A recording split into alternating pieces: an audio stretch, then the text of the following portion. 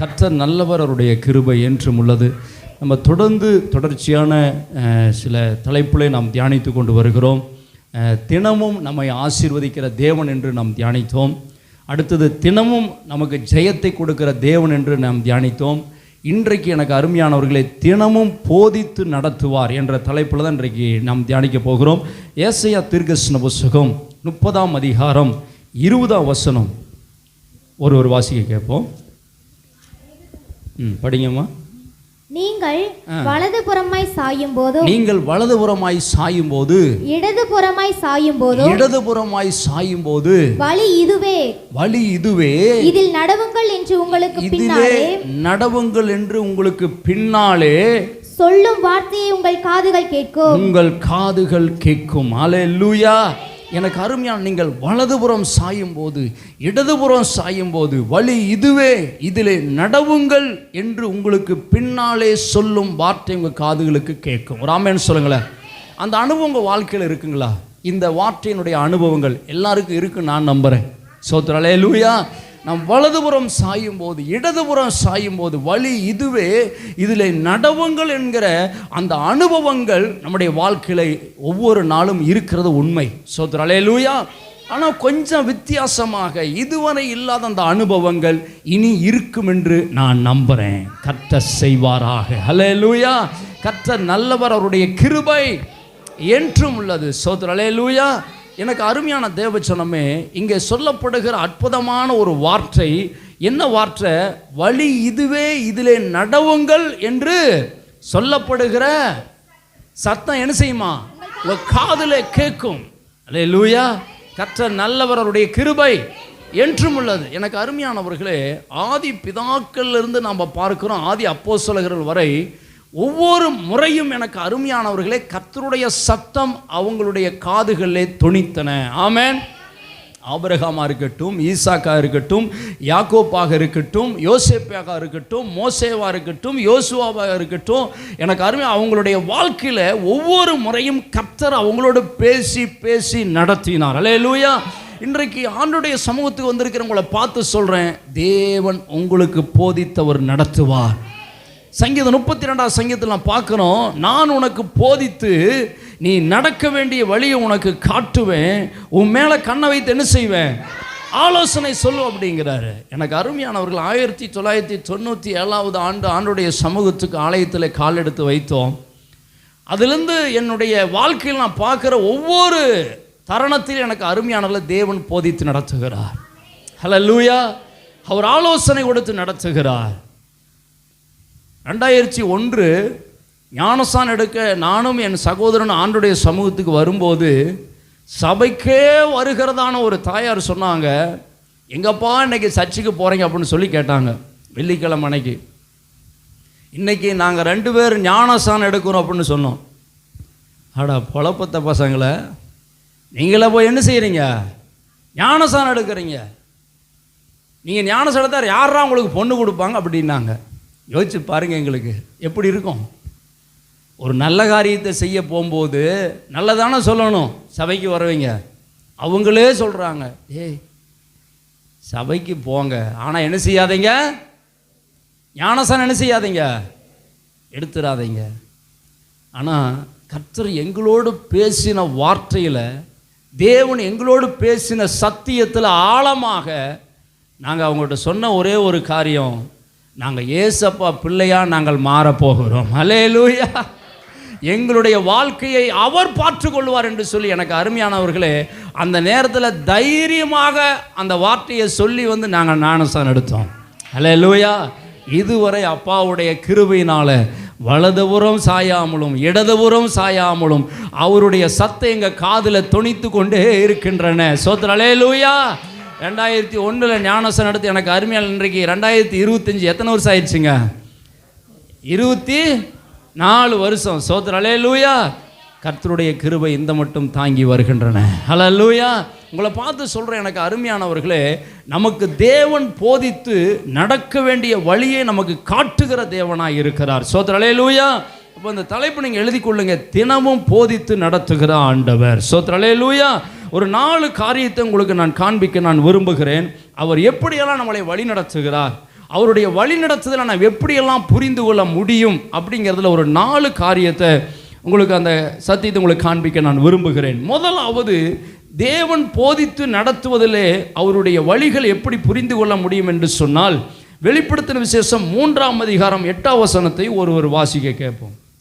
உன் கிரியைகளை அறிந்திருக்கிறேன், உன் கிரியைகளை நான் அறிந்திருக்கிறேன், உனக்கு கொஞ்சம் பலன் இருந்தும் நீ என் நாமத்தை மறுதலியாமல், நீ என்னுடைய நாமத்தை மறுதலியாமல், என் வசனத்தை கைக்கொண்டபடியினாலே, நீ என்னுடைய வசனத்தை இதுவரை கைக்கொண்டபடியினாலே, இதோ திறந்த வாசலை உனக்கு முன்பாக வைத்திருக்கிறேன், அதை ஒருவனும் போட்ட மாட்டான். ஸ்தோத்திரம், அல்லேலூயா. தேவன் நமக்கு ஒவ்வொரு நாளும் போதித்து ஆலோசனை கொடுத்து நடத்துகிற அனுபவங்கள் எப்படியா இருக்கின்றன?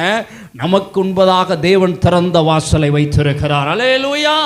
உங்களையும் பார்த்து இன்றைக்கு இந்த வாக்குத்தத்தமான வார்த்தையை நான் சொல்கிறேன்.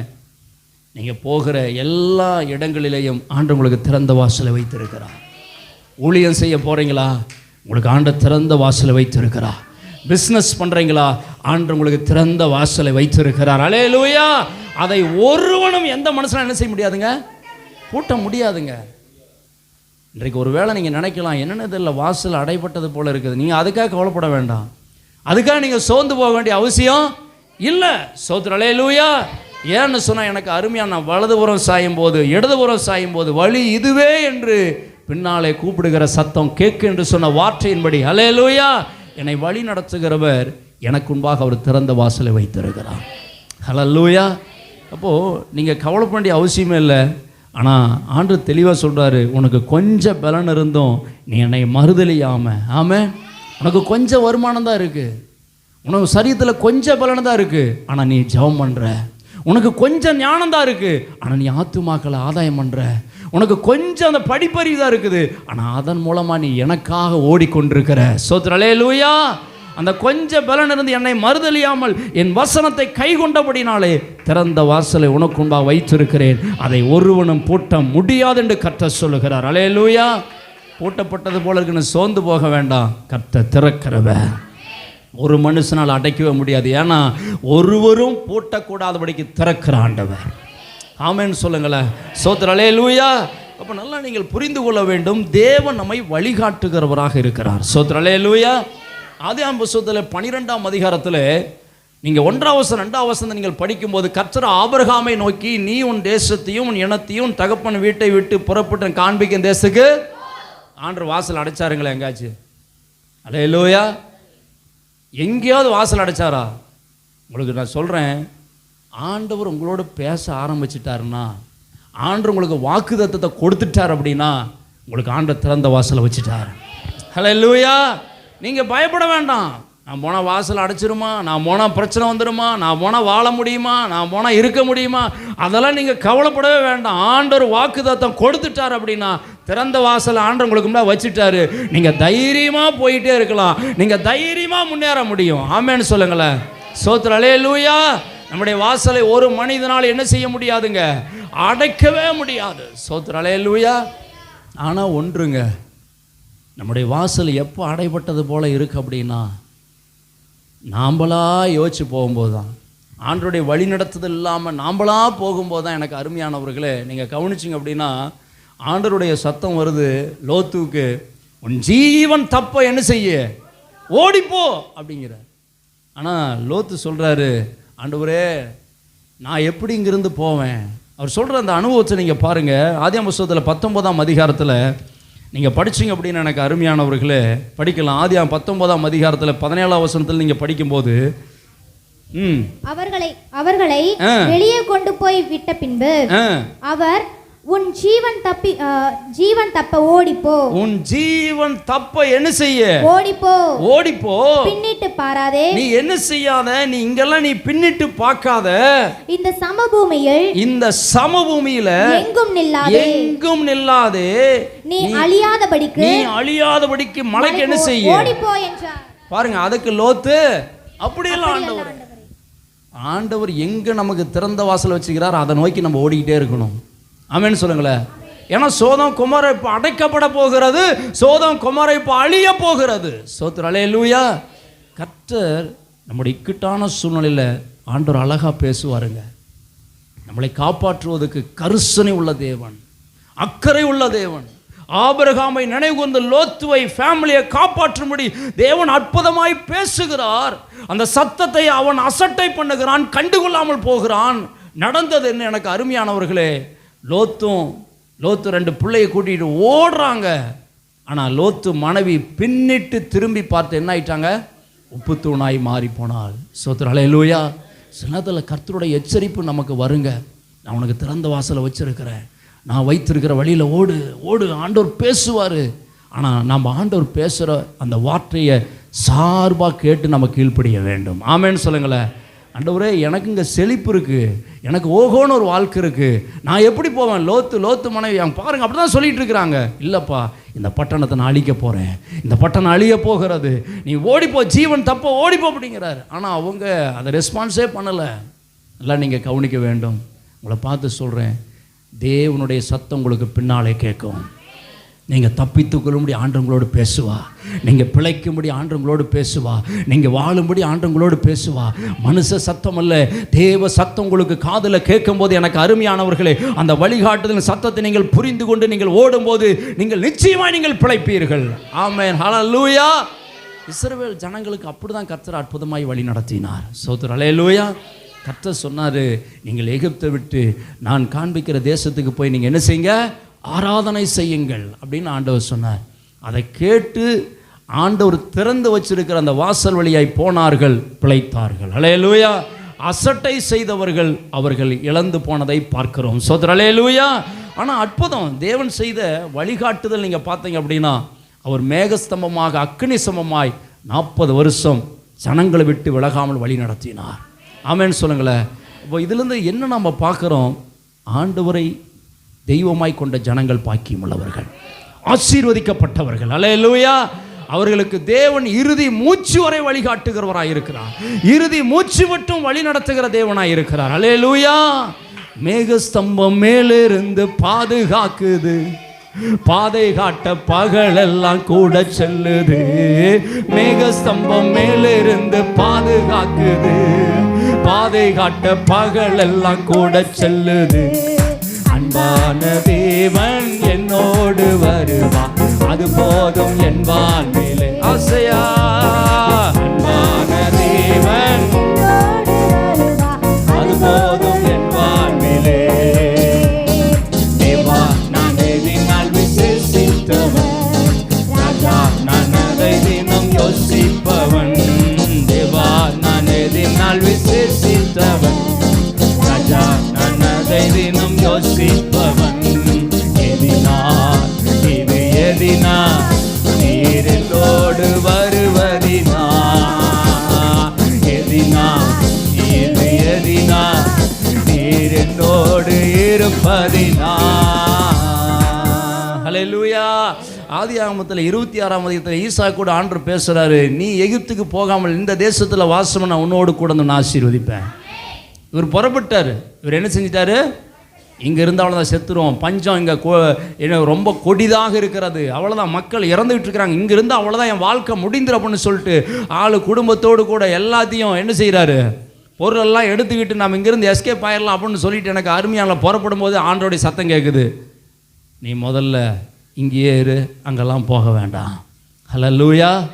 ஆண்டவருடைய சத்தத்தை ஈசாக்கு புரிந்து கொண்டார், அந்த தேசத்தில் வாசம் பண்ணினார், கர்த்தர் 100 மடங்கு ஆசீர்வதித்தார்.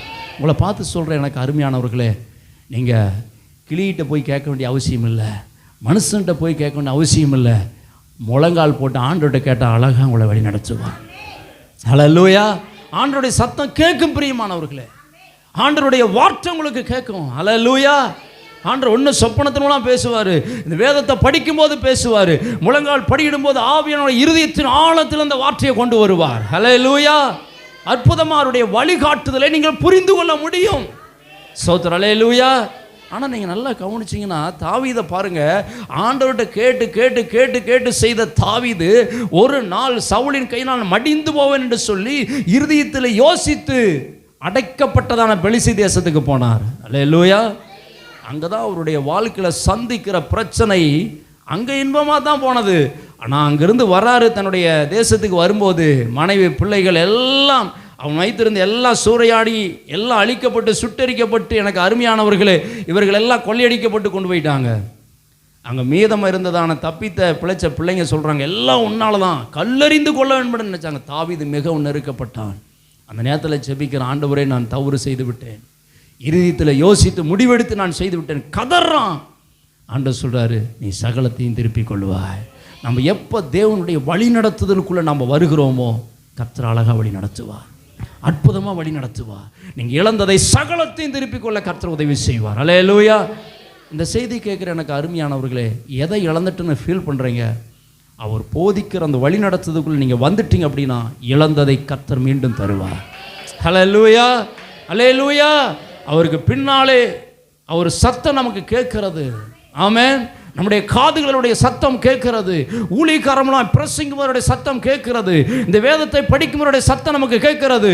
உஷார் ஆயிட்டீங்கன்னா நீங்கள் தப்பிச்சிட்டீங்கன்னு அர்த்தம். அல்லேலூயா. கர்த்தர் நல்லவருடைய கிருபை என்றும் உள்ளது. ரெண்டாவது, எனக்கு அருமையானவர்களை, எப்படியாக தேவன் நமக்கு அற்புதமாக வழி நடத்துகிறார் என்று சொன்னால், நம்மை கொண்டே சில காரியத்தை வைத்து வழி நடத்துகிறார். ஆதியாகமம் புத்தகத்தில் 24ஆம் அதிகாரத்திலே 12ஆம் வசனம் 14ஆம் வசனம் நீங்கள் படிக்கும்போது, ஆபிரகாமுடைய வேலைக்காரன், எனக்கு அருமையானவர்களே, தன்னுடைய வேலைக்காரன் பார்த்தீங்கன்னா எஜமானுடைய மகன் ஈசாக்குக்கு பெண்ணு பார்த்து அழைத்து கொண்டு வரும்படியாக ஆபிரகாமுடைய சொந்த தேசத்துக்கு போகிறான். போய் எனக்கு அருமையான அந்த ஊரினுடைய எல்லையில் அவன் ஒரு விண்ணப்பனை வைத்துக் கொள்ளலாமே, கடவுள்கிட்ட ஒரு விண்ணப்பம் செய்கிறத போல ஒரு அடையாளத்தை கேட்கிறான். என்ன கேட்கிறான்? அந்த வசனத்தை நீங்க படிச்சீங்க அப்படின்னா 12லிருந்து நீங்க படிக்கலாம். என் எஜமானாகிய ஆபிரகாமுக்கு தேவனாயிருக்கிற கர்த்தாவே, இன்றைக்கு நீர் எனக்கு காரியம் சிந்திக்க பண்ணி என் எஜமானாகிய ஆபிரகாமுக்கு தயவு செய்தருளும். இதோ நான் இந்த தண்ணீர் துறவண்டையிலே நிற்கிறேன். இந்த ஊராருடைய பெண்கள் தண்ணீர் மொள்ள புறப்பட்டு வருவார்களே, நான் குடிக்க உன் குடத்தை சாய்க்க வேண்டும் என்று நான் சொல்லும்போது, குடி என்றும் உன் ஒட்டகங்களுக்கு குடிக்கும்படி வார்ப்பேன் என்றும். பாருங்க, அதுல என்ன சொல்றேன்? உன்னுடைய ஒட்டகங்களுக்கும் குடிக்கும்படி வார்ப்பேன் என்றும் சொல்லும் பெண் எவளோ அவளே நீர் உம்முடைய ஊழியக்காரனாகிய ஈசாக்குக்கு நியமித்தவளாய் இருக்கவும் என் எஜமானுக்கு அனுகிரகம் செய்தீர் என்று நான் அதனாலே அறியவும் செய்தருளும் என்றான். அவன் இப்படி சொல்லி முடிக்கும் முன்னே, இதோ ஆபிரகாமுடைய சகோதரனாகிய நாகோரின் மனைவி மில்காளுடைய குமாரனாயிருக்கிற பெத்துவேலுக்கு பிறந்த ரெபேக்காள் குடத்தை தோள் மேல் வைத்து கொண்டு புறப்பட்டு வந்தாள். அந்த பெண் மகாரூபவதியும் புருஷனை அறியாத கன்னியுமாய் இருந்தால், அவள் துறவிலே இறங்கி தன் குடத்தை நிரப்பிக் கொண்டு ஏறி வந்தாள். அப்பொழுது அந்த ஊழியக்காரன் அவளுக்கு எதிர்கொண்டு ஓடி, உன் குடத்தில் இருக்கிற தண்ணீரை கொஞ்சம் குடிக்க தர வேண்டும் என்று கேட்குறான்.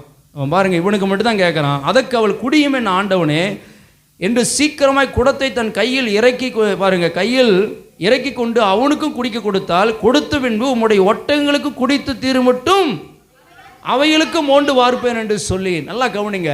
இப்போ கர்த்தரை என்ன செய்கிறாரு? போதித்து நடத்துகிற ஆண்டவர் அற்புதமாக அவனுடைய ஜெபத்தை கொண்டு எனக்கு அருமையானவர்களே அடையாளங்களை உறுதிப்படுத்துகிறார். ஸ்தோத்திரம், அல்லேலூயா. அடையாளங்களை என்ன செய்கிறாருங்க?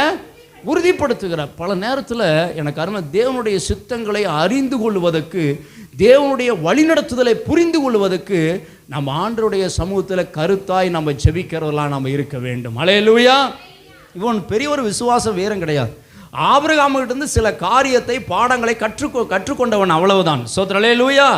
அழகாக ஒரு அடையாளத்தை கேட்கிறான். அந்த அடையாளத்தை ஆபிரகாம் விசுவாசின் தகப்பனாகிய ஆபிரகாமுடைய ஈசாக்குக்கு நல்ல ஒரு மணமகள் வரும்படி தேவன் முன்குறித்ததை எலேசியர் மூலமாக ஆண்டவர் பூர்த்தி செய்கிறார். எவ்வளவு நல்ல தெய்வம் பாருங்க.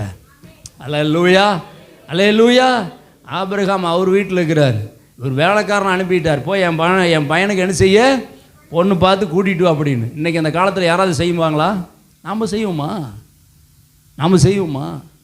எல்லா டீட்டிலும் A to Z வரலும் பார்த்துட்டு தான் என்ன செய்வோம், முடிவே பண்ணுவோம். என்னதான் இருந்தாலும் என் பையனுக்கு நான் ஒரு பொண்ணு பார்க்குறேன் அப்படின்னா எப்படியெல்லாம் இருக்கணும், அழகாக இருக்கணும், அப்படியே கூந்தல் நீளமாக இருக்கணும், பல்லு பார்த்தா அப்படியே பச்சை சிம்மா இருக்கணும், அப்படியே பார்த்தா எப்படி இருக்கணும், என் பையனுக்கு தகுந்த மாதிரி அப்படி இருக்கணும். ஸ்தோத்திரம், அல்லேலூயா. என் பையன் இன்ஜினியர் முடிச்சுக்கிறான், அவன் ஒரு வேலையில் இருக்கிறான், அதுக்கு தகுந்த மாதிரி வேணும். நான் பார்ப்பேன்னா பார்க்க மாட்டேனா? ஆனால் ஆபிரகாம் பாருங்கள், எதையும் பார்க்கல, போய் என் இனத்தார் இடத்துல போய் பார்த்துட்டு வாப்புன்னு அனுப்பிவிட்டார்.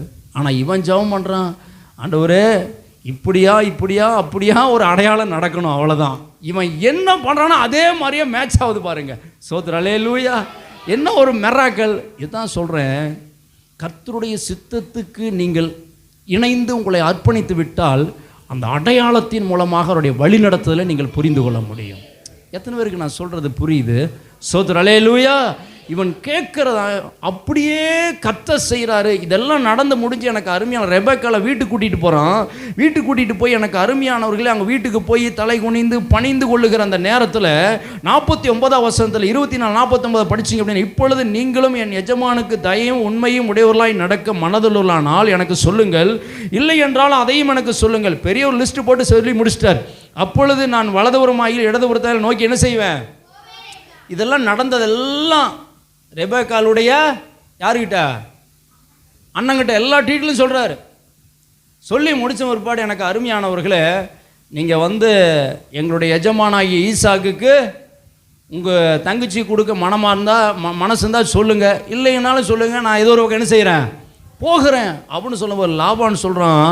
அப்பொழுது லாபான் பெத்துவேலும் பிரயத்தனமாக இந்த காரியம் கர்த்தரால் நாங்கள் நலம்புல ஒன்றும் சொல்லக்கூடாது. ஸ்தோத்திரம், அல்லேலூயா. சரி, ஓகே, இதுலேயும் ஒரு உறுதி ஆயிடுச்சிங்களா? அடுத்த ஸ்டெப்பு கடந்து போகிறாரு. இன்றைக்கி உங்கள் தங்கச்சி என்ன, உங்கள் சிஸ்டர் என்ன செய்யணும்? இன்றைக்கி என்னோடு கூட அனுப்பணும். இது எப்படி கொஞ்சம் யோசிச்சு பாருங்கள். மாப்பிள்ளையும் பார்க்கல, சும்மா ஒரு பயோடேட்டா தான் சொல்கிறாரு. சொன்ன உடனே ஒரு பாருங்கள், எனக்கு அருமையானவர்களே என்ன சொல்கிறான். அதுக்கு லாபான் ரெபெக்காளை பாருங்கள், எனக்கு அருமையானவர்களே, அதே நீங்கள் தொடர்ந்து படிங்க, வசனத்தை வாசிக்க நேரம் இல்லை, புரிந்து கொள்ளுங்க. நான் இப்போ கிளம்ப போகிறேன், ஆனால் நீங்கள் என்ன செய்யணும், உங்கள் சிஸ்டர் என்னோடு கூட அனுப்பணும், ஆபிரகாமுடைய மகன் ஈசாக்கு திருமணம் முடிப்பதுக்கு. அப்போது 58ஆம் வசனத்தில் பாருங்கள், ரெபெக்காளை அழைத்து, நீ இந்த மனிதனோடு போகிறாயா என்று கேட்டார்கள். அவள், இல்லை இல்லை, நான் கண்டிப்பாக போக மாட்டேன். அல்லேலூயா. இவர் யாருன்னே தெரியாது. ஏதோ இறக்கப்பட்டு இவருக்கு நான் தண்ணி கொடுத்தேன், ஒட்டகங்களுக்கு தண்ணீர் வார்த்தேன், அதுக்கோசரம் நான் இவரை பின்னாடி போக முடியுமா? கொஞ்சம் யோசிச்சு பாருங்க. எனக்கு அருமையானவர்களே, இந்த எலேசருடைய அடையாளங்கள் என்ன நடக்கிறது? அவள் சொல்லுகிறாள், நான் போகிறேன். அல்லேலூயா. எனக்கு அருமையான தேவச்சனமே, உங்களை பார்த்து சொல்கிறேன், தேவன் அடையாளங்கள் மட்டும் கொடுக்கிறவர் அல்ல, அதை உறுதிப்படுத்தி அவருடைய சித்தத்தை நிறைவேற்றுகிறவர். அல்லேலூயா. நீங்கள் தொழில் செய்யலாம், வியாபாரம் செய்யலாம், ஒரு நல்ல காரியம் செய்யலாம். நீங்கள் ஆண்டவருடைய சமூகத்தில் கருத்தாக நீங்கள் ஜெபிப்பீர்கள் என்று சொன்னால், எனக்கு ஒரு அடையாளத்தை காண்பீங்க ஆண்டவரே, இது உம்முடைய சித்தமெல்லாம் இதை தடை பண்ணி போடுங்க ஆண்டு சொல்லி நீங்கள் அடையாளத்தை நீங்கள் கேட்கும்போது ஆண்டு அடையாளத்தை கொடுத்துட்டார் அப்படின்னா தேவன் உறுதிப்படுத்தியே தீர்வார். ஸ்தோத்திரம், அல்லேலூயா. இதுதான் தேவனுடைய வழிநடத்துதல் ஈஸியாக நீங்கள் புரிந்து கொள்ளுகிற கிறிஸ்துவ வாழ்க்கையில் நல்ல ஒரு அனுபவம். எத்தனை பேர் ஆமென்னு சொல்கிறீங்க? ஸ்தோத்திரம், அல்லேலூயா. கர்த்தர் நல்லவருடைய கிருபை என்றும் உள்ளது. ஸ்தோத்திரம். அடுத்ததாக எனக்கு அருமையான ஒரு காரியத்தை நான் சொல்ல விரும்புகிறேன். மூன்றாவது ஒரு காரியம், தேவன் நம்மை வழி நடத்துவார் என்று சொன்னால் தடைகளை தேவன் மாற்றுவார். ஸ்தோத்திரம், அல்லேலூயா. யாத்திராகமம் 14ஆம் அதிகாரத்தில் 21ஆம் வசனத்தை எனக்கு அருமையான இஸ்ரவேல் ஜனங்கள் 20 லட்சம் ஜனங்களை வழிநடத்தி கொண்டு வந்துட்டாரு. ஆனால் அவங்களுக்கு முன்பதாக செங்கடல் பெரிய ஒரு தடையாக இருக்கிறது. ஜனங்கள் இப்போ மிகவும் பயந்தார்கள், மிகவும் கலங்குறார்கள், மிகவும் அவங்க அவிசுவாசமாய் பேச ஆரம்பித்தார்கள் என்று நாம் பார்க்கிறோம். ஸ்தோத்திரம், அல்லேலூயா. ஆனால் அந்த சூழ்நிலையில் எனக்கு அருமையானவர்களே, கர்த்தர் என்ன தெரியுமா செய்தாருங்க? மோசேயை கொண்டு செங்கடலை ஆண்டவர் பிளந்தார். ஆமென்னு சொல்லுங்களேன். ஹல்லேலூயா. தேவனுடைய வழி நடத்துதலை எங்கேயுமே தடையே இருக்காதுங்க. எங்கேயுமே என்ன செய்யாதுங்க? தடையே இருக்காது. ஆண்டவர் அற்புதமாக செங்கடலை பிளந்தாரு, எரியோ கோட்டையை தகர்த்தாரு, ஆயி பட்டணத்தை தகர்த்தாரு. 36 ராஜாக்கள் வந்தாங்க. 36 ராஜாக்களை முறியடித்து கானான் தேசத்தில் கொண்டு போய் சேர்த்தார். ஹல்லேலூயா. ஒன்றை நல்லா புரிந்து கொள்ளுங்க எனக்கு அருமையானவர்களே, தேவனுடைய வழிநடத்துதல் நமக்கு 100% இருக்கும் என்று சொன்னால் உங்களுக்கு முன்பதாக கர்த்தர் போகிறார். ஹல்லேலூயா. ஏசாயா 45ஆம் அதிகாரத்தில் 2ஆம் வசனம், 3ஆம் வசனம், 4ஆம் வசனம் சொல்லுகிறது, நான் உனக்கு முன்னே போய் கோணலை செவையாக்குவேன். ஹல்லேலூயா. வெண்கல கதை உடைத்து இரும்பத்தாளை முறித்து அந்த காலத்தில் இருக்கிற பொக்கிஷங்களை ஒளிப்படுத்தி இருக்கிற புதையல்களை என்ன செய்வேன்? உங்களுக்கு கொடுப்பேன் என்று கர்த்தர் சொல்லுகிறார். ஹல்லேலூயா. அருமையான தேவச்சனமே, தேவனுடைய வழி நடத்தல தடை என்பது கிடையாது. ஹல்லேலூயா. ஆனால் உங்கள் வாழ்க்கையில் நீங்கள் எடுக்கிற முயற்சியில் தடை இருக்கும் என்று சொன்னால், நீங்கள் ஜெபம் பண்ணும்போது, நீங்கள் காத்திருக்கும் போது ஏற்ற நேரத்தில் கர்த்தர் செய்வார். எத்தனை பேர் ஆமென்னு சொல்கிறீங்க? ஹல்லேலூயா, ஹல்லேலூயா. 4வது ஒரு காரியம் எனக்கு அருமையானவர்களே, தேவனுடைய வழி நடத்துதல், அவர் நம்மை போதித்து வழி நடத்துகிறதுல 4வது காரியம், அவர் நமக்கு ஆலோசனையை கொடுக்கிற தேவன், ஐடியா கொடுக்கிற தேவனாக இருக்கிறார். ஸ்தோத்திரம். அல்லேலூயா. நீங்கள் நினைக்கலாம், எனக்கு ஆலோசனை கொடுக்க, எனக்கு ஐடியா கொடுக்க யார் பாஸ்டர் இருக்கிறாங்க அப்படின்னு. மனுஷன் கொடுக்குற ஐடியாவை காட்டிலும், மனுஷன் கொடுக்குற ஐடியாலாம் கொஞ்சம் வித்தியாசமாக இருக்கும். ஆனால் ஆண்டவர் கொடுக்குற ஐடியா அதை காட்டிலும் வித்தியாசமாக இருக்கும். அல்லேலூயா. அதைத்தான் இப்போ உங்களுக்கு நான் சொல்ல போகிறேன். 4வது கொஞ்சம் சார்பாக கவனிங்க. யோசுவா 8ஆம் அதிகாரத்தில் 1ஆம் வசனம் 2ஆம் வசனம் நீங்கள் படிப்பீர்கள் என்று சொன்னால் படிக்கலாம். அப்பொழுது கர்த்தர் யோசுவாவை நோக்கி நீ பயப்படாமலும்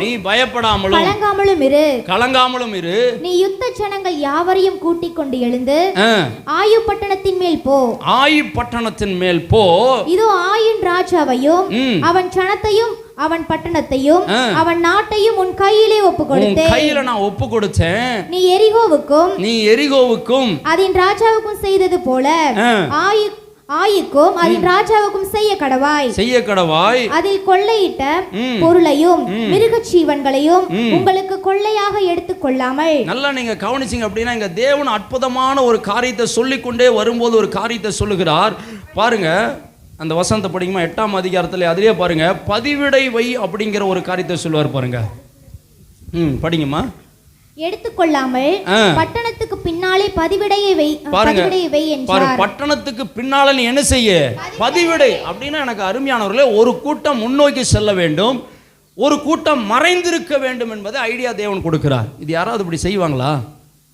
பாருங்க, ஒரு கூட்டம் முன்னோக்கி அந்த ஆயி பட்டணத்துக்கு விரோதமாக போகும்போது எதிரிகள் பார்த்து இவர்களை துரத்தும் போது, இவர்கள் ஓடும்போது பட்டணத்துக்கு பின்னாடி மறைந்திருக்கிறவர்கள் பட்டணத்துக்குள்ளே போய் தீ கொளுத்த வேண்டும் என்று சொல்லி ஐடியா கொடுத்து அந்த பட்டணத்தை பிடிப்பதற்கான அற்புதமான ஒரு ஐடியா யோசுவா கொடுத்து வெல்லும்படி கர்த்தர் கிரியை செய்கிறார். அல்லேலூயா. இதே சேம் நீங்கள் அதே யோசுவாவின் புத்தகத்தில் 6ஆம் அதிகாரத்தில் 1லிருந்து 5 வரை நீங்கள் படிக்கும்போது கர்த்தர் எரிகோ பட்டணத்தை பார்த்து சொல்கிறாரு, எரிகோ பட்டணம் கையில் ஒப்பு கொடுத்தேன், நீ என்ன செய்ய, இந்த எரிகோ பட்டணத்தை நீ 6 நாள் சுற்றி 7ஆவது நாள் எக்காலாவது சுற்றி வாங்க. அப்போ என்ன செய்யும்? எரிகோ பட்டணத்துடைய மதில் என்ன செய்யும்? இடிந்து விடும் என்று சொன்னார். அல்லேலூயா. இந்த ஐடியா எப்படி கொஞ்சம் யோசிச்சு பாருங்க. வேத பண்டிதர் சொல்கிறாங்க, அந்த எரியோ பட்டணத்தினுடைய மதில்கள் 6 குதிரை போகக்கூடிய அந்த அளவுக்கு ஒரு மதிலா. நாமெல்லாம் இன்னைக்கு மதில் கட்டுறோம் பார்த்தீங்களா? மதில்னா காம்பவுண்டு 4 இன்ச்சு செங்கல்ல ஆலப்புக்கல்ல கட்டிட்டு போயிடுறோம். ஆனால் அன்றைக்கு எரியோ பட்டணத்தை சுற்றியில் கட்டியிருக்கிற மதில் சாதாரண மதிலுங்களா? யோசிச்சு பாருங்க. ஜேசிபி எத்தனை ஜேசிபி இருந்தாலும் இடிக்க முடியாது. ஆனால் கர்த்தர் ஒரு ஐடியா கொடுக்குறாரு, 6 நாள் எரியோ பட்டணத்தை சுற்றி வாங்க, 7ஆவது நாள் எக்காலம் ஊதி சுற்றி வாங்க, அப்போ இடிந்து விடும் என்று சொல்லுகிறார். இது யோசுவாக்கு எப்படி இருந்திருக்கும்? யோசிச்சு பாருங்க. நீங்கள் சொல்கிற ஐடியா போய் என் ஜனங்கிட்ட சொன்னேன்னு வச்சுக்கோங்க, என் ஜனங்க நீ ஒரு பைத்தியக்காரன், மோசே பரவாயில்ல அப்படின்ட்டுருவாங்க. ஸ்தோத்திரம். அல்லேலூயா. ஆனால் நல்லா கவனிங்க, தேவன் கொடுக்குற ஐடியாக்கள்லாம் ஆலோசனைகள்லாம் செய்ய முடியாத, ஒரு கிரகிக்க முடியாத, ஜீர்ணிக்க முடியாத ஒன்றாக இருக்கும். ஆனால் அதை விசுவாசத்தோடு நம்பிக்கையோடு அந்த ஐடியாக்களை, அந்த ஆலோசனைகளை செயல்படுத்தும் போது ஈஸியாக கர்த்தர் காரியத்தை செய்து முடிச்சிடுவார். எத்தனை ஒரு ஆமென் சொல்கிறீங்க? கர்த்தர் நல்லவர், அவருடைய கிருபை என்றும் உள்ளது. ஸ்தோத்திரம். அல்லேலூயா.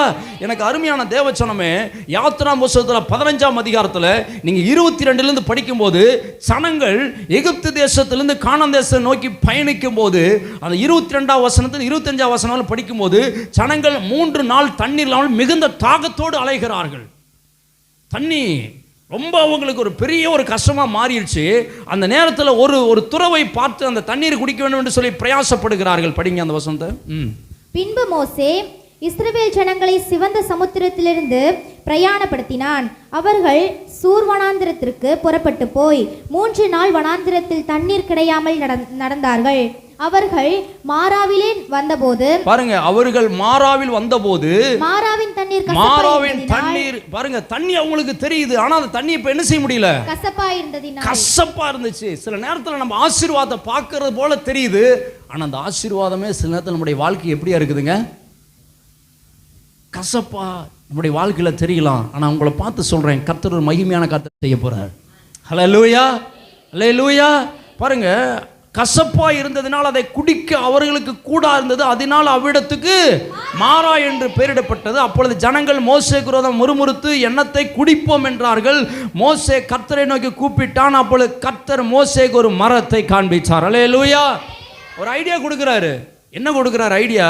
இந்த மரத்தை என்ன செய்ய, வெட்டி கொண்டு போய் என்ன செய்ய, அந்த தண்ணீரில் என்ன செய்ய, போடு அப்படிங்கிறார். ஒரு மரத்தை காண்பித்தார், அதை அவன் தண்ணீரில் போட்ட உடனே அந்த தண்ணீர் எப்படியா மாறிச்சு? எனக்கு அருமையான தேவச்சனமே, உங்களுக்கு ஒரு ஆலோசனை ஐடியா கொடுக்குறேன். ஒவ்வொரு நாளும் சிலுவையில் நமக்காக ஜீவனை கொடுத்த எம்பெருமானாகிய இயேசு கிறிஸ்துவை, அல்லேலூயா, சிலுவை மரத்தில் நமக்காக ஜீவனை கொடுத்த அந்த தெய்வத்தை நாம் ஒவ்வொரு நாளும் நோக்கி பார்க்கும்போது, ஆமென், உங்களை பார்த்து சொல்கிற, ஒவ்வொரு நாளும் நீங்கள் நோக்கி பார்ப்பீர்கள் சொன்னால் பிழைப்பீர்கள். நீங்கள் ஒவ்வொரு நாள் அவரை தேடும்போது உங்களுக்கு எல்லாம் கூட கொடுக்கப்படும். ஸ்தோத்திரம், அல்லேலூயா.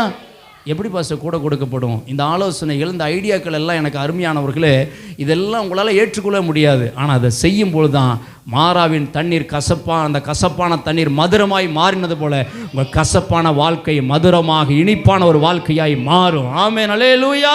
கர்த்தர் நல்லவருடைய கிருபை என்றும் உள்ளது. எனக்கு அருமையானவர்களே, ஒரு முறை ஒரு சம்பவம் நடக்கிறது. என்ன அப்படின்னு பார்த்தீங்கன்னா, சில வரி வசூலிப்பவர்கள் எல்லாம் பேதுருகிட்ட ஒரு கொஸ்டின் எழுப்புறாங்க. என்ன கொஸ்டின்? மத்திய எழுதின சுவிசேஷம் 17ஆம் அதிகாரத்தில் 24லேருந்து நீங்கள் படிச்சிங்க அப்படின்னா, மத்திய எழுதின சுவிசேஷம் 17ஆம் அதிகாரம், அவர்கள் கப்பர்நகூமில் வந்தபோது வரி பணம் வாங்குகிறவர்கள் பேதுருவினிடத்தில் வந்து உங்கள் போதகர் வரி பணம் செலுத்துகிறதில்லையா என்று கேட்டார்கள். சொல்லுகிறார் என்றார். பாருங்க, அவர் செலுத்துகிறார் என்றான். பாருங்க, 25ஆம் வசனத்தில் எனக்கு அருமையானவர்களே, அவன் வீட்டுக்குள் வந்தபோது அவன் பேசுகிறதுக்கு முன்னாமே இயேசு அவனை நோக்கி, சீமோனே, எனக்கு பாருங்க, சீமோனே, உனக்கு எப்படி தோன்றுகிறது? பூமியின் ராஜாக்கள் தீர்வையும் வரியையும் தங்கள் பிள்ளைகளிடத்திலோ அந்நியரிடத்திலோ யாரிடத்தில் வாங்குகிறார்கள் என்று கேட்டார். அதற்கு பேதுரு, அந்நியரிடத்தில் வாங்குகிறார்கள் என்றான். இயேசு அவனை நோக்கி, அப்படியானால் பிள்ளைகள் அதை செலுத்த வேண்டுவதில்லையே, ஆகிலும் நாம் அவர்களுக்கு இடலாக இராதபடிக்கு நீ கடலுக்கு போய். ஆண்டவர் ஐடியா கொடுக்குறாரு பாருங்க, ஆண்டவர் கொடுக்குற ஐடியா பாருங்க, ஆலோசனை என்ன கொடுக்குறாரு? வரிப்பணம் கட்டுவதுக்கு எனக்கு அருமையானவர்களே, இன்றைக்கு இருக்கிற நானாக இருந்தாலும் நீங்களாக இருந்தால் என்ன சொல்லியிருப்போம்? வரி கட்டுறதுக்கு ரொம்ப பணம் நம்மகிட்ட இல்லை. அதனால் பேதுரு, நீ போய் உங்கள் மாமியாட்ட போய் உங்கள் மாமனாட்ட எப்படியா கேட்டு வரி பணத்தை கட்டுறதுக்கு என்ன செய்ய, ஹெல்ப் பண்ணு அப்படின்னு நாம் சொல்லியிருப்போம். ஆனால் ஆண்டவர் சொல்கிறாரு, நீ கடலுக்கு போய் பாருங்க, கடலுக்கு போய் தூண்டில் போட்டு முதலாவது அகப்படுகிற மீனை பிடித்து அது வாய் என்ன செய்ய, திறந்து பார், ஒரு வெள்ளி பணத்தை. அது எனக்கு ஆசையாரம் பண்ணிட்டு இருக்குதா மீன்? ஹலோ, கவுனிங்க, இது நமக்கு டிஃப்ரெண்ட்டாக இருக்குது. எனக்கு அருமையானவர்கள், ஆண்டருடைய ஐடியாக்கள் எல்லாம், ஆண்டர் கொடுக்குற ஆலோசனைகள், ஆண்டருடைய வழிநடத்துதெல்லாம், இதெல்லாம் நடக்குமா, இதெல்லாம் சாத்தியமா அப்படின்னு நாம் நினைக்கலாம். நடக்காத இடத்துல நடக்க செய்கிற சர்வ வல்லமையுள்ள ஆண்டவர். ஹல்லேலூயா. உங்களை பார்த்து சொல்கிறேன், தேவன் கொடுக்குற ஐடியாக்கள், ஆலோசனைகள், அவருடைய வழி நடத்துதெல்லாம், இதெல்லாம் செய்தால் ஆசீர்வாதம் வருமா நீங்கள் அப்படி நினைக்கலாம். பாருங்கள், ஆண்டவர் சொன்னதை அவன் விசுவாசத்தோடு செய்கிறான். எனக்கு அருமையானவர்களே, நல்லா நீங்கள் கவனிங்க. அதை எடுத்து பாருங்க, என்ன ஒரு பணத்தை என்ன செய்வாய், காண்பாய், அதை எடுத்து எனக்காக உனக்காக என்ன செய்ய, அவரிடத்துல கொடு என்றார். ஸ்தோத்திரம், அல்லேலூயா. அவர் சொன்னதை அவன் செய்தபோது அப்படியே நடந்தது என்று வேதம் சொல்லுகிறது. ஹல்லேலூயா. எனக்கு அருமையானவர்களே, நாம்பளாம் தான் சொல்லுவோம், இன்றைக்கு இந்த வாரத்தில் வாடகை கொடுக்கணும், வட்டி கட்டணும், லோன் கட்டணும், எப்படியாவது உங்கள் அம்மாக்கிட்ட உங்கள் அப்பாக்கிட்ட கேட்டு என்ன செய்ய, ஒரு 50,000 ரூபா என்ன செய்ய, காதில் மட்டும் போட்டு கொடு, காதில் மட்டும் போட்டுரு, அவங்க எப்படியாவது ஹெல்ப் பண்ணிடுவாங்க. இல்லை, தேவன் கொடுக்குற ஐடியாக்கள், ஆலோசனைகள் என்ன? எனக்கு அருமையானவர்களே, நீ கடன் வாங்காத, கை நீட்டி கடன் வாங்காத, கடன் வாங்காதலே அற்புதம் செய்கிற ஆண்டவர். இதிலிருந்தே தெரியுது நம்ம கடன் வாங்கக்கூடாது என்று. ஸ்தோத்திரம், அல்லேலூயா. ஏன்னா கடன் வாங்குற மாதிரி அப்பயே சொல்லியிருப்பார், உங்கள் மாமியார்கிட்ட மாமனார்கிட்ட ஏதோ உங்கள் உடன்பிறந்தகிட்ட வாங்கி என்ன செய்ய, வரியை கட்டு, அப்புறமேட்டு யாராக காணி கொடுத்தாங்கன்னா நான் கொடுத்துட்றேன் அப்படின்னு சொல்லிக்கலாம். இல்லை பிரியமானவர்களே, கர்த்தர் அற்புதங்களை செய்கிறவர், கர்த்தர் அதிசயங்களை செய்கிறவர். அல்லேலூயா. இல்லாத இடத்துலேருந்து ஒன்றை உருவாக்குகிறவர். அல்லேலூயா. ஆண்டவர் சொல்கிறாரு, யோவான் சுவிசேஷத்தில் 2ஆம் அதிகாரத்தில், திராட்சரசம் குறைபட தொடங்கின போது எனக்கு அருமையானவர்களே, அந்த கல்யாண வீட்டில் ஒரு ஆண்டவர் மிராக்கல் பண்ணுறாரு. என்ன செய்கிறாரு? கட்சாடிகளை தண்ணீரை நிரப்புங்க அப்படிங்கிறார். ஆண்டோட ஐடியாக்கள், ஆலோசனை பாருங்க, தண்ணீரை நிரப்புறாங்க. ஆண்டவர் சொல்கிறாரு, நீ கொண்டு போய் என்ன செய்ய, தண்ணீரை நீ போய் பந்தி விசாரணை பண்ணு அப்படிங்கிறாரு. ஆனால் அந்த பந்தி விசாரணை பண்ணும்போது குடித்த போது அந்த தண்ணி எப்படியா இருந்துச்சுங்களாம்மா? சுவையுள்ள திராட்சரசமாய் மாறி இருந்தது. சோதரே அல்லேலூயா. உங்களை பார்த்து சொல்கிறேன், எனக்கு அருமையான தேவன் கொடுக்கிற ஐடியாக்கள், ஆலோசனைகளை உங்கள் வாழ்க்கையில் நீங்கள் நம்பிக்கையோடு நீங்கள் செயல்படுத்தும் போது தேவனுடைய மகிமை உங்கள் வாழ்க்கையில் நீங்கள் பார்ப்பீர்கள். அல்லேலூயா. கடன் வாங்குவது ஈஸி, அதை நீங்கள் செய்யாதீங்க. கடன் மேலே கடனை வாங்கி வாங்கி வட்டி, லோன், சிரமப்படாதீங்க. அதுக்குள்ளே தயவு செய்து போகாதீங்க. விசுவாசத்தோடு நீங்கள் ஜெபிக்க ஆரம்பிங்க. ஹல்லேலூயா. கர்த்தர் தேவைகளை சந்திப்பார். எத்தனை பேர் ஆமென் சொல்கிறீங்க? 2 ராஜாக்கள் புத்தகத்தில் 3ஆம் அதிகாரத்தில் 16ஆம் வசனம் 17ஆம் வசனத்தில் எனக்கு அருமையானவர்களே, தீர்க்கதரிசியினுடைய மனைவி எலிசாவினிடத்தில் வந்து, ஐயா, என்னுடைய கணவர் வந்து ரொம்ப பயந்து நல்லா இருந்தாப்புல, ஆனால் திடீர்னு இறந்து போயிட்டாப்புல. இப்போது என் கணவர் வாங்கின கடனுக்காக கடன்காரன் வந்து என் 2 மகனையும் அடிமையாக்க வந்துட்டான், என்ன செய்யன்னு தெரியல, பதறுகிறான். ஆனால் எலிசா எனக்கு அருமையானவர்களே திட்டல, ஏன் கடன் வாங்கினீங்க, இதெல்லாம் உங்களுக்கு தேவையா அப்படின்னா திட்டல. ஆனால் கர்த்தருடைய ஒத்தாசையோட ஐடியா, ஆலோசனை கொடுக்குறாரு. உங்கள்கிட்ட என்னமா இருக்குது அப்படின்னு கேட்குறாப்புல. ஐயா, ஒரே ஒரு குடம் என்ன தான் இருக்குது. சோத்திரம். சரி, ரைட்டு. ஊரில் இருக்கிற எல்லா பாத்திரத்தையும் வாங்கிட்டு வந்து வீட்டில் வச்சு என்ன செய்ய, அந்த ஒரு குடம் எண்ணெய உங்கள்கிட்ட வந்து நான் வந்து கேட்டேன் பாரு. சோத்திரம். உண்மைதானே அது? இவர் கேட்டதுக்கு காசை கொடுத்துருந்தா கூட பரவாயில்ல, ஏதோ ராஜா கிட்ட ரெக்கமெண்ட் பண்ணி இந்த கடங்காரன் வந்து கடன் கேட்கறதுக்கெல்லாம் தான் பண்ணியிருக்கலாம், ஏதோ ஒன்று பண்ணியிருக்கலாம்ல. ஒரு கூட எண்ணெயை எல்லா பாத்திரத்தையும் வாங்கிட்டு வந்து ஊற்று அப்படின்னா யோசிச்சு பாருங்கள். தேவன் கொடுக்குற ஐடியாக்கள், ஆலோசனைகள் எல்லாமே எனக்கு அருமையாக நடக்காத ஒன்றாக இருக்கலாம், அது எதிர்மறையான ஒரு காரியமாக இருக்கலாம். ஆனால் நீங்கள் விசுவாசத்தோடு, அதை நம்பிக்கையோடு கூட நமக்கு விரோதமாய் வருகிற அவிசுவாசமான வார்த்தைகள், ஆப்போசிட்டான அந்த வார்த்தைகளை நீங்கள் மேற்கொண்டு செயல்படும் போது தான் கர்த்தர் நடக்காத ஒன்றை நடத்தி காண்பிக்கிறவராக இருக்கிறார். ஹல்லேலூயா. பசங்க கூட சொல்லியிருப்பாங்க, ஏம்மா அந்த ஸ்டான்லி பாஸ்டர் தான் சொன்னார், ஒரு பாத்திரத்தை எண்ணெயை வச்சு எல்லா பாத்திரத்தையும் வாங்கிட்டு வந்து ஊற்றுன்னு சொன்னார், அவர் தான் பைத்தியன்னு எனக்கு முன்னையே தெரியும், நீ இப்பயும் நீ சுத்தமாக அவரை போல் நீ என்ன ஆகிட்ட, பைத்தியம் ஆகிட்ட, நல்லாவே தெரியுது. யோசிச்சு பாருங்கள். பசங்க சொல்லும்போது எப்படி இருந்திருக்கும்? பசங்க சொல்லும்போது அந்த அம்மாவுக்கு, ஆமாம் பசங்க சொல்கிறது கரெக்டு தான், ஸ்டான்லி பாஸ் நிச்சயமாக அவர் பைத்தியம் தான். சோத்திரம். அல்லேலூயா. நானும் என்ன செய்யக்கூடாது, பைத்தியக்காரியா மாறிடக்கூடாது அப்படின்னு நினச்சிருப்பாங்கன்னு சொன்னால் ஒரே ஒரு குடம் எண்ணெய் பல குடம் எண்ணெயாக மாறி இருக்காது. சோத்திரம். அல்லேலூயா. எனக்கு அருமையான தேவச்சனமே, ஊழியக்காரரை கொண்டு ஆலோசனை கொடுக்குறாரு அப்படின்னா, ஊழியக்காரரை கொண்டு கர்த்தர் ஐடியா கொடுக்குறாருன்னா தேவன் ஒரு மகிமையான காரியத்தை செய்ய போகிறார். அல்லேலூயா என்பதை அறிந்தவளாக எனக்கு அருமையானவர்களே, நான் சொல்கிறத மட்டும் செய், வேற ஒன்றும் பேசாதீங்க. அல்லேலூயா. பாத்திரத்தை எல்லாம் கொண்டு வந்து வீட்டில் நிரப்பி வச்சு அந்த ஒரு குடம் எண்ணெயை ஊற்றினால் எல்லா பாத்திரம் நிரம்பி எனக்கு அருமையானவர்களே தேவன் மகிமையான கதை செய்கிறார். தொடர்ந்து நீங்கள் வாசிக்கும் போது எனக்கு அருமையானவர்களே, எலிசாட்ட, ஐயா நீங்கள் சொன்ன மாதிரியே செஞ்சேன், அற்புதம் நடந்தால் நம்ம சொல்ல மாட்டோம் ஊழியக்காரர்கிட்ட, ஆனால் அந்த அம்மா வந்து சொல்லிட்டாங்க, பரவாயில்ல. அல்லேலூயா. அந்த அம்மா வந்து சொல்கிறாங்க, ஐயா எல்லா பாத்திரம் நிரம்பிடுச்சு, சரி எனக்கெல்லாம் ஒன்றும் வேண்டாம், நீ என்ன செய்ய, நீ போய் அந்த எண்ணெயை விட்டு என்ன செய்ய, கடன் அடைச்சிட்டு சந்தோஷமாக வாழுங்க. எனக்கு அருமையான தேவச்சனமே, உங்கள் வாழ்க்கையில் தான் நான் சொல்கிறேன், கடனை வாங்கி கடனுக்கு மேலே வட்டி, லோனு, சிரமப்படாதீங்க. சோத்திரம். அல்லேலூயா.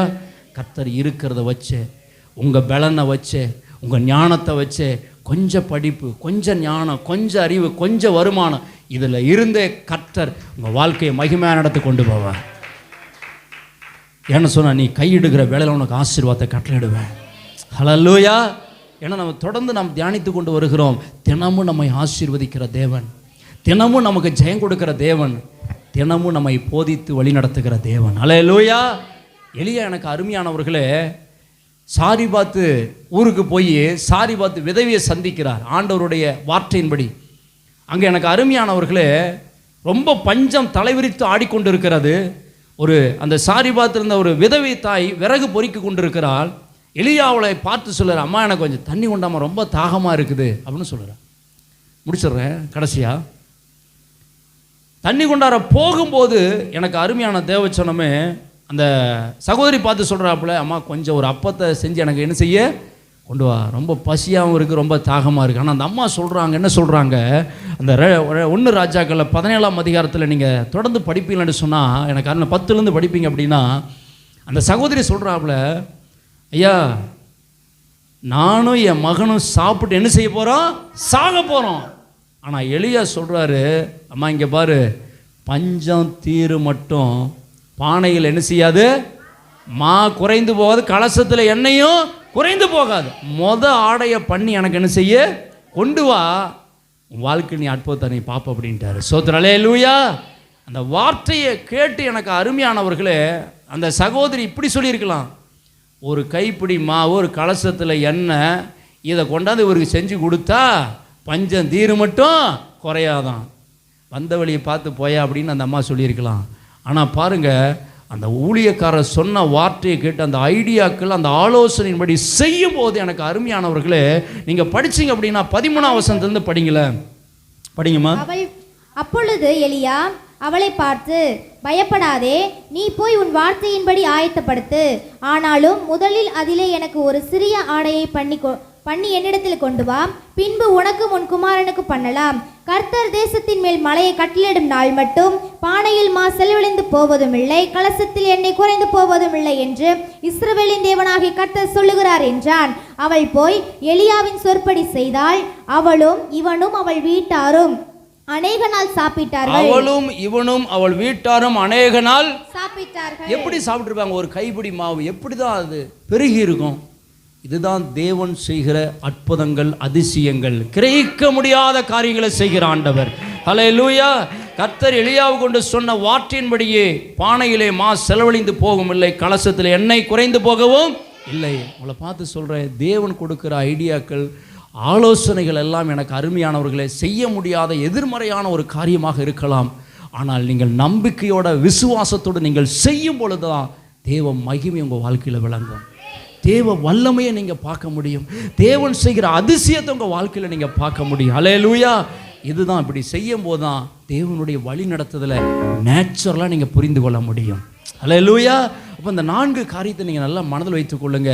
தினமும் நம்மை போதித்து வழி நடத்துகிறவர் தேவன், நமக்கு தினமும் ஆலோசனை கொடுத்து வழி நடத்துகிறவர், தினமும் தடைகளை மாற்றி வழி நடத்துகிற தேவன் நம்மோடு கூட இருக்கிறார். அல்லேலூயா.